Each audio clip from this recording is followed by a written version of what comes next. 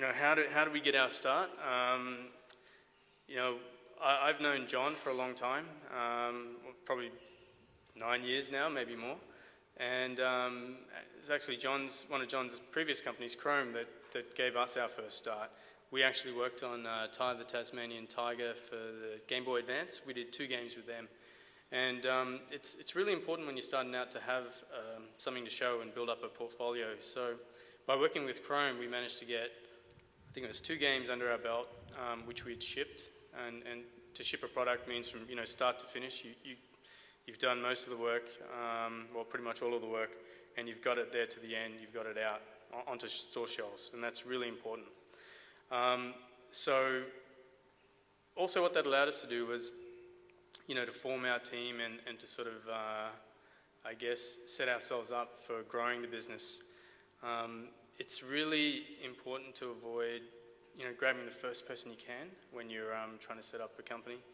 Because usually, if you make a rush decision like that, you end up picking someone that might not be right for the long term. They might be okay for what you need now, which sometimes you need to do, but in my experience, a lot of the guys that we just grabbed because we needed to get someone to do something, we had to let go, after a year or two, because they just didn't work out. And one of the things that I learned pretty early on was to hire tough and manage easy. So if you do take that time to hire people, and you choose the right guys, then it's really easy to manage them down the track. If you've got a game or an IP that you own, people come to you. You don't have to go looking for work. And it just opens up so many opportunities, and it's such a great position to be in. It's also very risky because, if you've got 3 or 4 teams and you can reinvest the money from maybe a couple of those teams to funding one of them, that's okay. But if you're starting out and you just want to create something yourself, then it can be a bit risky. So just how we went about transitioning to original IP, it was certainly a slow and steady process. I think it was about the 7th year that we actually started to make that transition, and there's a number of reasons for that. I think the most important one is the advent of digital distribution and things like the App Store, iTunes, Xbox Live Arcade. What that meant was, for the first time, we could make a game ourselves and we could actually get it out, to you and anyone who was interested in buying it. Prior to that, we had to go through a publisher, and that meant, getting the game approved by them. And they're really, risk averse. They don't want to take a chance on anything new, so that was very, very tough. But now we can just make a game, put it up on the web, and someone can download it and pay us for it, which is awesome. And like I mentioned, we were stuck on that work-for-hire treadmill as well. It's very hard to get off once you get on there. So, in terms of funding, what we did to sort of make that transition was to reinvest the profits from, the work-for-hire we were doing. There's very tight margins. You might make 10, 20%. If your game takes longer, you eat into that buffer. So over a period of time, we managed to build up enough money where we could start to slowly get guys across. And the process that we used, it's pretty tough when you're doing work for other people. They want to make sure you're working on their games. So what we did, we came up with this concept called Halfbrick Fridays. And it's similar to things that Google do, where I think they give 10, 15% of their employees' time. They can do what they want.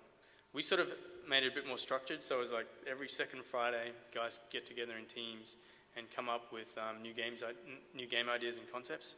And we'd let that run for about 5 Halfbrick Fridays. That'd be one round.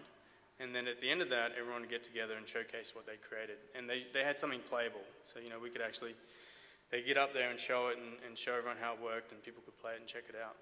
And what that allowed us to do was to tap into our guys' creativity. Like, we've got 35, 38 guys. There's a lot of ideas that those guys have that just lay dormant unless you tap into it. So, from that first round of Halfbrick Fridays, I think we had 4 games that we managed to actually turn into a full game and commercialize.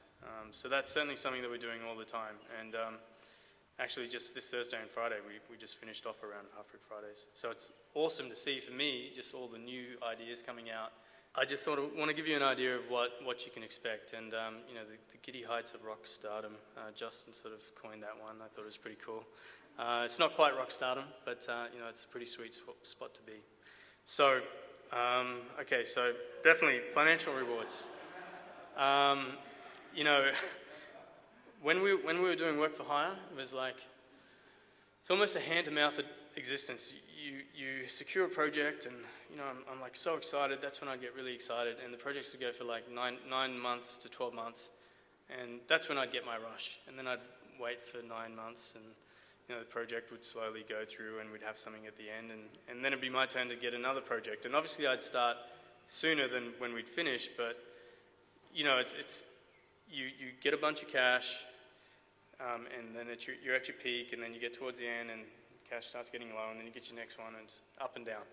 But when you're a successful indie and you've got games out there, you've got multiple revenue streams coming in. So there's money coming in when you're not even working. You know, we're not making games for anyone at the moment. We're just doing our own games, but there's money coming in every day.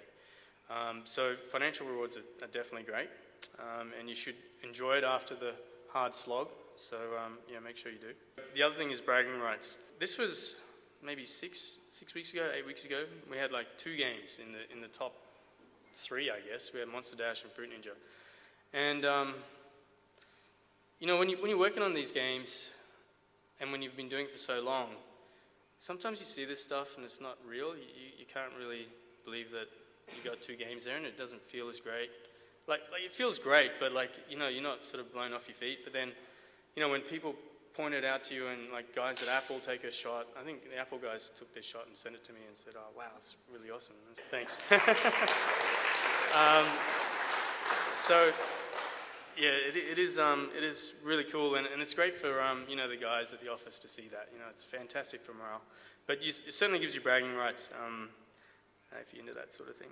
But when you've got, you know, that financial freedom, you've got time and space to make things really special.